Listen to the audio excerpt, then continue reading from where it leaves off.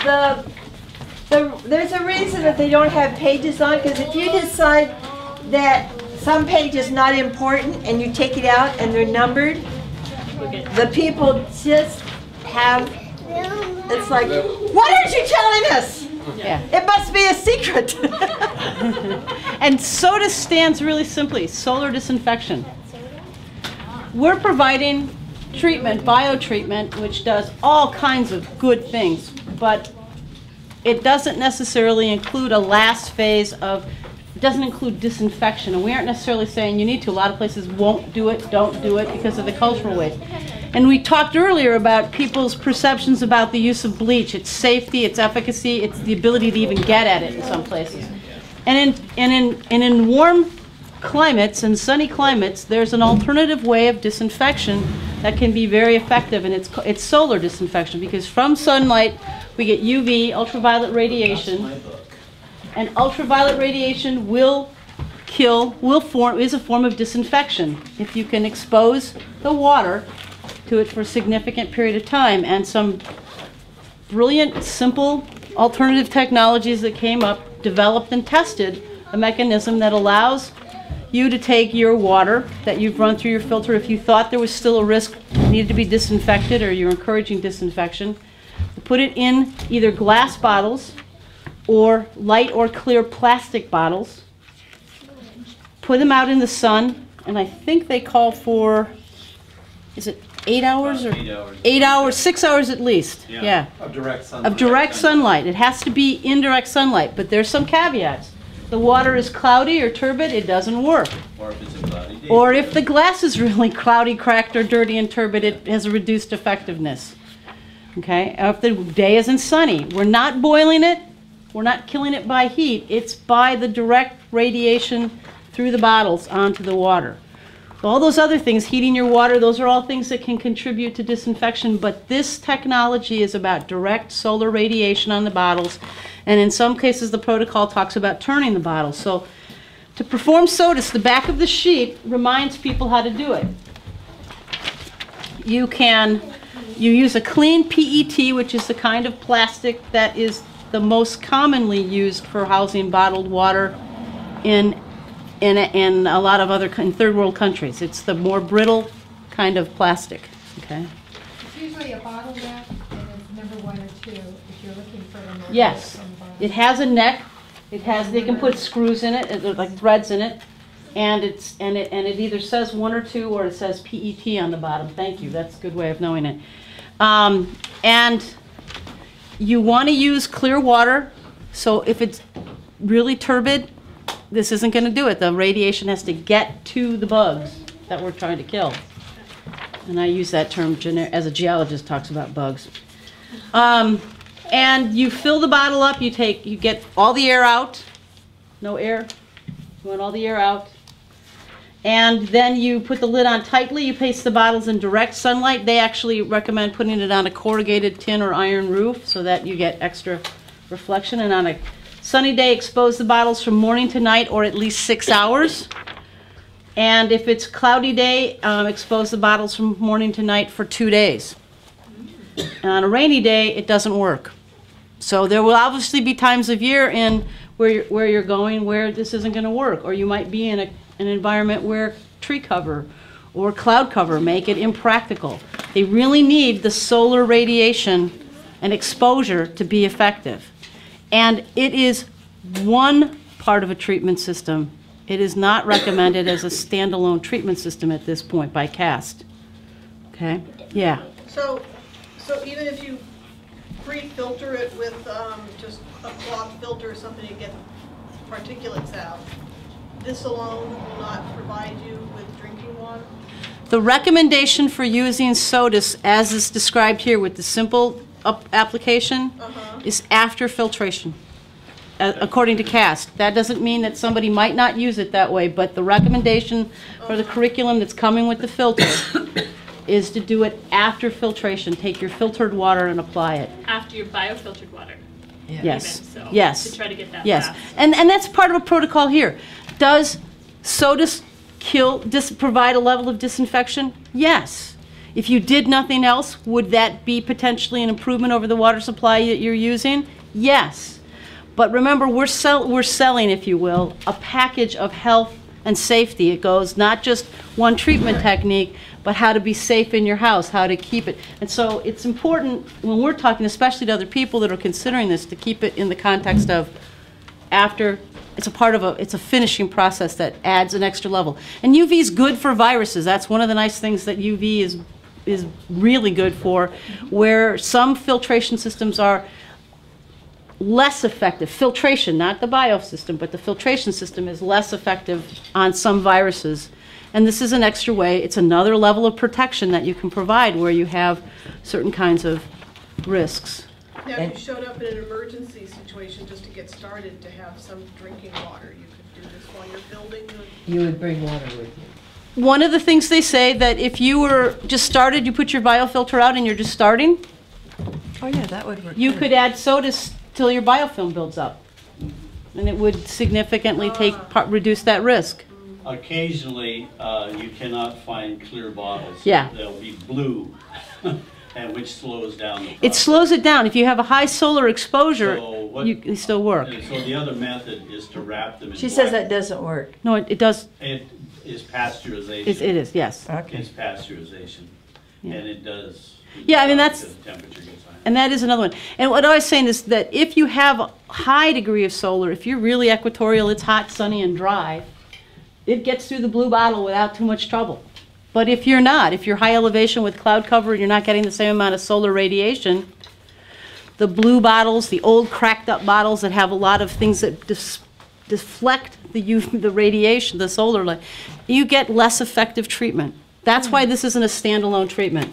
And this is a great picture in the National Geo issue on water about how it works. It's really a phenomenally simple technology to add a layer of protection in the right climate, in the right place. Northwest Washington, probably not the best tool. Yakima, maybe. When did this edition of... This would have been the April April. 2010, and it is available online. You're getting a lot of good stuff.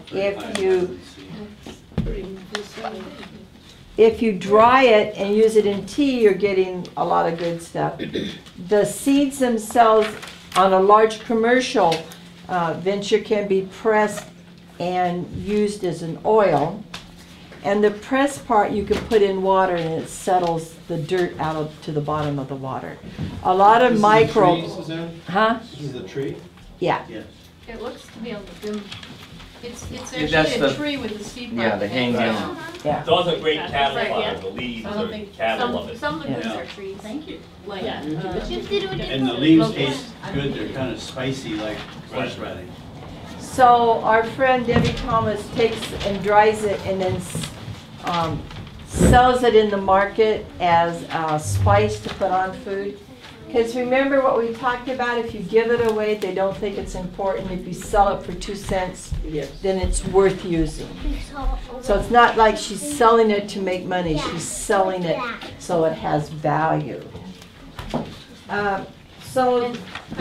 Yes, is the oil that's pressed out of it used? You can use the oil as a cooking oil. a cooking oil. If you have a large enough, you know, when you just have a couple trees, you don't have Oh, enough. so, I missed, so after you press it, then the seed, The leftover you can use to settle.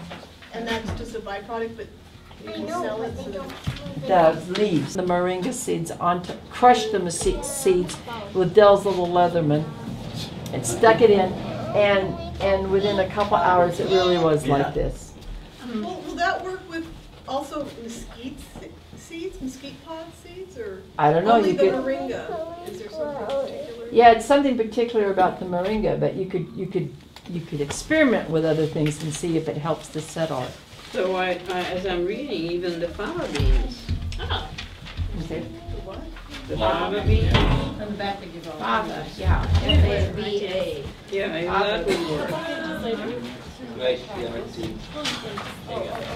So the first step, and if the water is really dirty, it is a good step. The second step is filtration, and on the top little circle, they're just using a cloth filter, and there's directions further on, but you just take a sheet, material, and you fold it 3 or 4 times, and then you run the water through, and that obviously gets out the big stuff. In most of the water we've seen, I would not want to drink the water that had just been filtered in that way. How do you clean the cloth? Yeah, and then you wash the cloth, and anyway. And it was really interesting because the Africans got off on, well, what if there's dyes in the cloth, and it was really an interesting.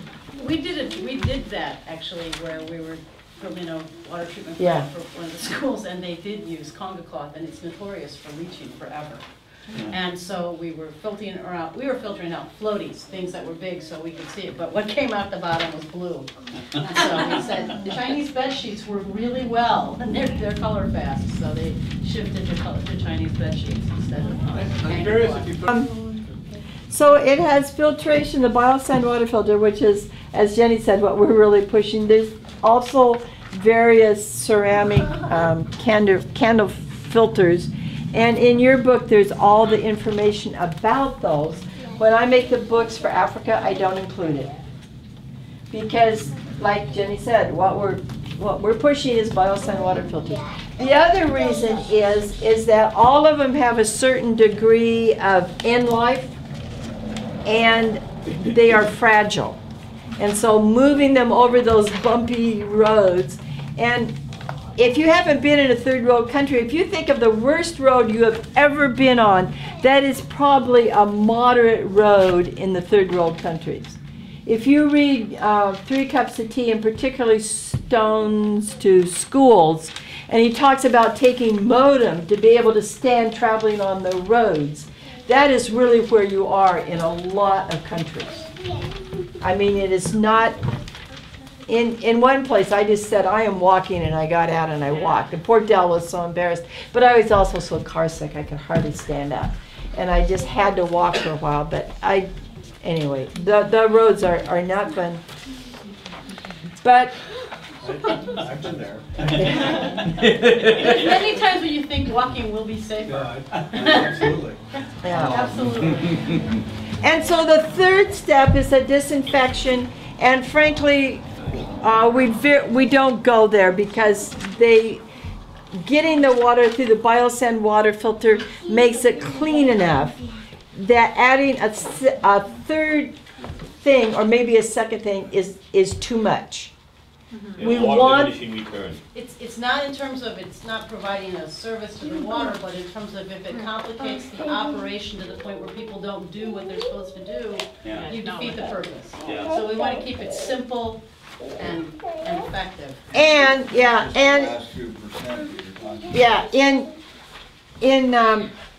in most African countries and probably in Honduras, when they are boiling water, they are using wood from the rainforest.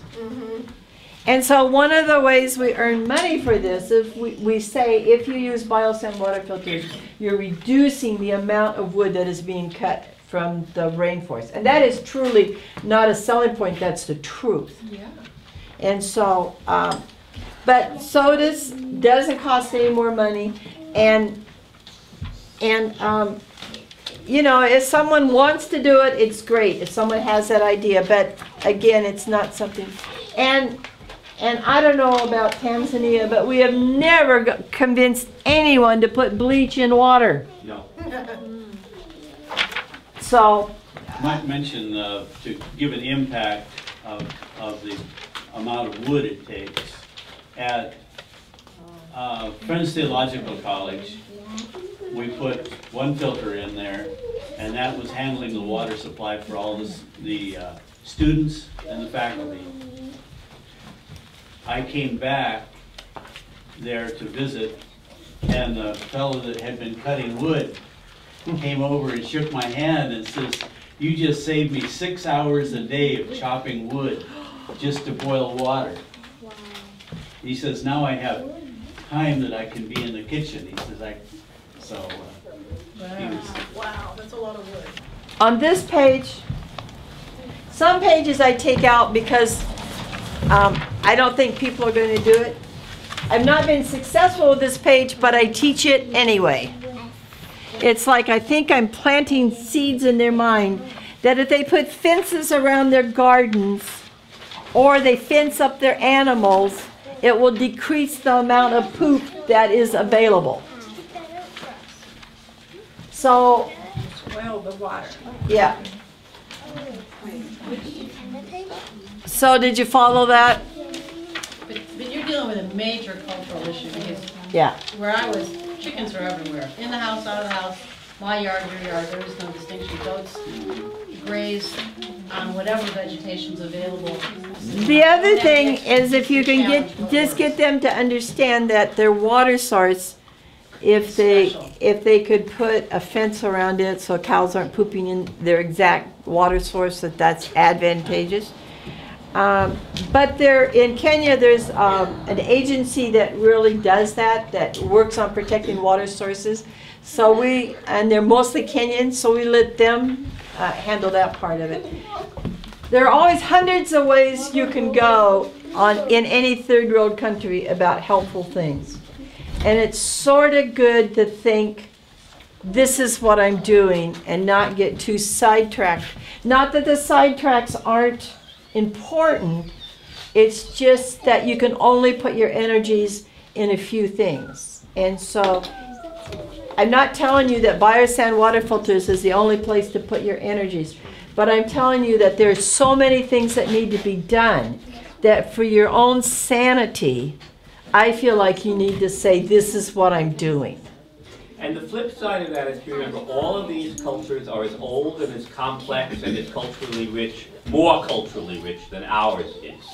Yeah. Which means, however, that when changes are being made, there's more parts of the cultural complex that have to be amended if changes are being made. And this is true whether the change comes indigenously or it comes from the outside.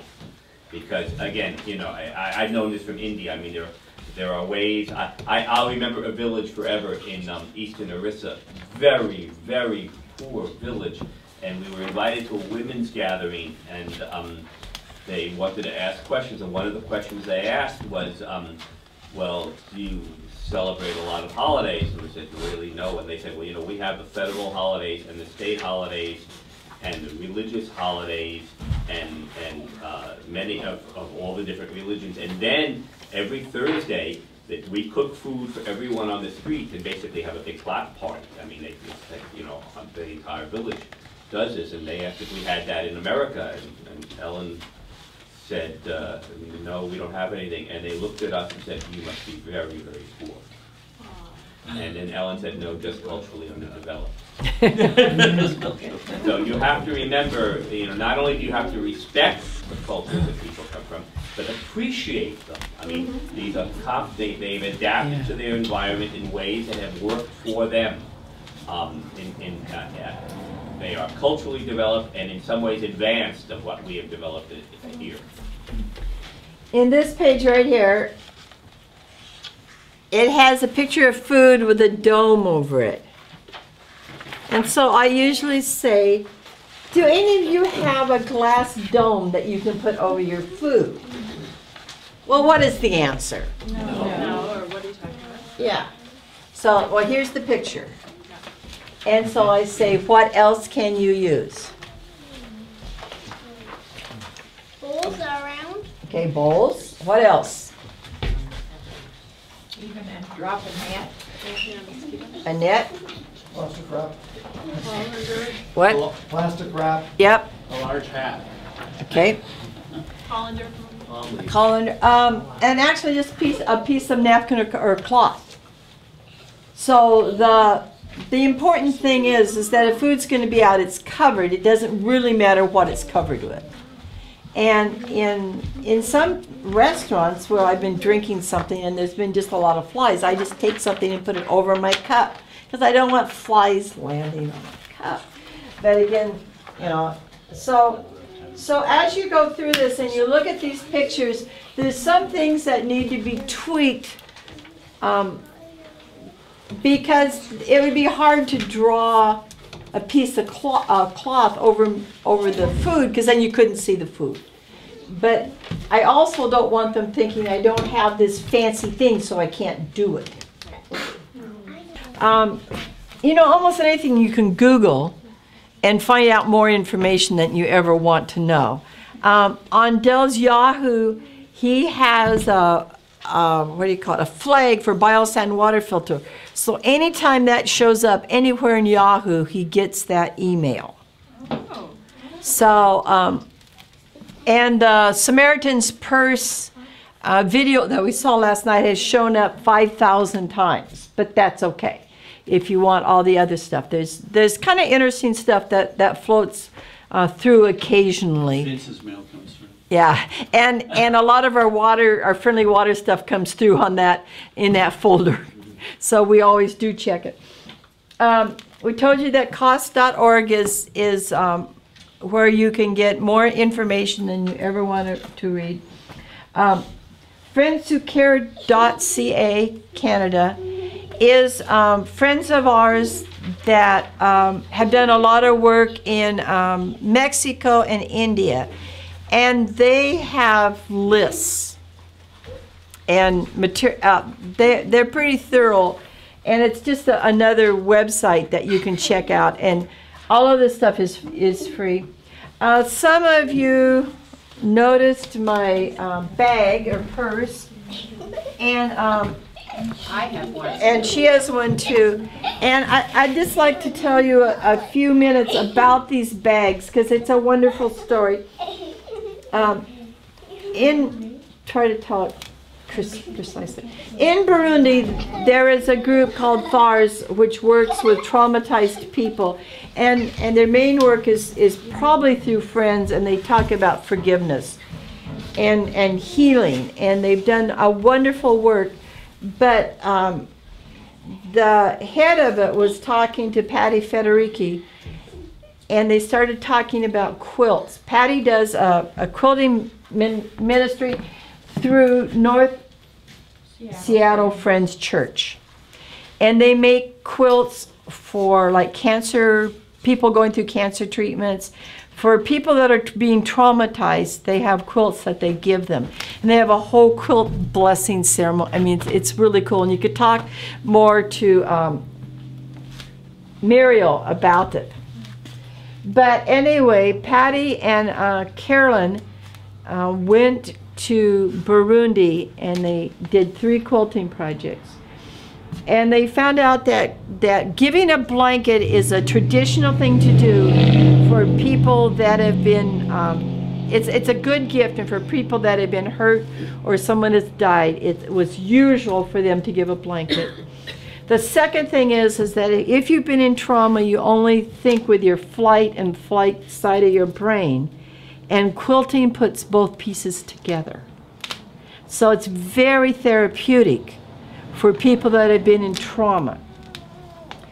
And the third thing is that the women who, because of I don't know, children in the room, but because of things that had been done to them, were not accepted in the community. And when they went back with a sewing machine and a skill, they became esteemed members of the community. And so they do bring, so in their quilting workshops, they make a quilt for themselves and a quilt to give away. And then Patty has brought some quilts back, but they're expensive. And so she has taught them how to make these bags. And the bags are, they could be shopping bags. I use mine for a purse. But they have a flap in them like this, and they're completely reversible. And they are usually these blue colors, or, hold up your ears, kind of orangey yellow bright colors. And if you would like a bag, they're $20 if you're around Seattle. But if you want them shipped to you, $25, and you can just go to North Seattle Friends Church and somehow Stone Stoop. Anyway, you can order them from there, and we will warn Patty that there might be some. Okay, friendlywaterfortheworld.com is this group's website. And waterforafrica@gmail is Dell's and mine email. Cost says the hardest place to put biosand water filters is where your water looks clear. If your water looks good. See, now if you're drinking water like this, and you have water like this, most people believe that the clear water is better for you. And they claim for rightful reasons that if the water looks clear, it's very, very hard to convince people that there are microbes in there. And so if you were going to a place like that, it probably would be very advantageous to take a microscope or to take slides or to do something like that. But we have never been any place where the water has looked clear. Two Yes. things. Where we did talk in the classroom setting when we were talking to kids, and we used English classes as a forum to talk about all kinds of things. We talked about what was in the water and what was clean, and we showed them some water that was transparent and some that wasn't, and we did have access to some lenses to go look at things and some some microscopes. But to be honest, I can't imagine trying to get from point A to point B with a functioning microscope if I didn't need it to put in a filter system or something else. It's just a problem in terms of logistics. However, kids were always interested in what we could show them. Oh, yeah. But in the water filter class, I would imagine they just really wanted to know if it worked and what is another metric that could show me that if this was working, how it worked. Actually, if they don't think they need it, then it's Very pretty hard hard. to convince them. Yeah, so then it's better just to move on and do it someplace else. I mean, I know that sounds harsh. For their tummies or. But yeah. But like I said in Burundi, when I said, is your water okay? And they all said yes, I thought, I mean, that was my first reaction. Well, let's just pack up and leave. And then luckily I asked the second question. Have you been sick from drinking your water? And they all had been sick. Did they recognize that being sick was from the water? Somehow they accepted that.